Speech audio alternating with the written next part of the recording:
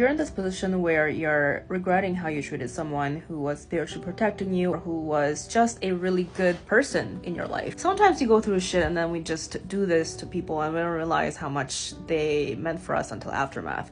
So this is actually a really good mentality that you're at least acknowledging this and you are regretful and you're actually allowing yourself to process this. So I actually do have an advice for you. And this might actually, well, I'm not going to make a promise, you're not an actual client, but I'm just going to say this also to everybody who might be in the situation where you're regretting how you treated someone or how you behaved around someone who actually was good for you. Start actually putting those intentions out with your words.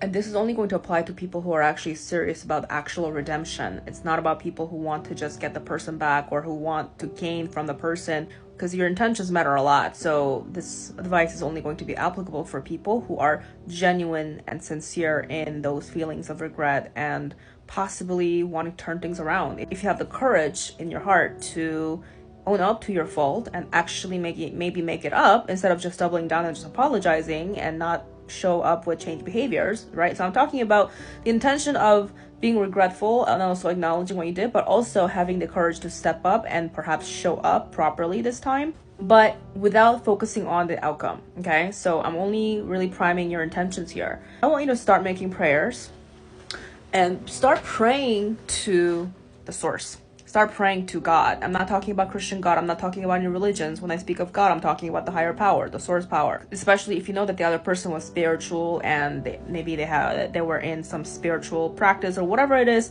and you don't even have to get yourself involved in those practices. When you pray to the higher power, the source, the ultimate power, if what you're asking for is sincere and if what you're asking for is in alignment with the greater good of everybody involved, then likely a path could reveal itself to you. Now, the path may not always be what you're asking for. That's why I said detach from like specific things you're asking for. So don't be like, oh, I'm making this prayer so that I can get this person back just so they can forgive me. It's not about you asking for your demands to be heard.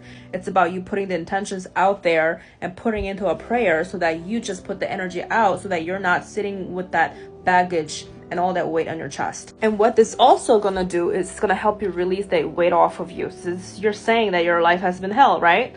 So that's why prayers help sometimes, because it is not just you demanding, it's not about you asking for things, but rather it is just you releasing it, you putting your intention out there, and your intention is sincere sorrow and regret and acknowledgement and wanting to just do better, and you acknowledging that you will do better next time.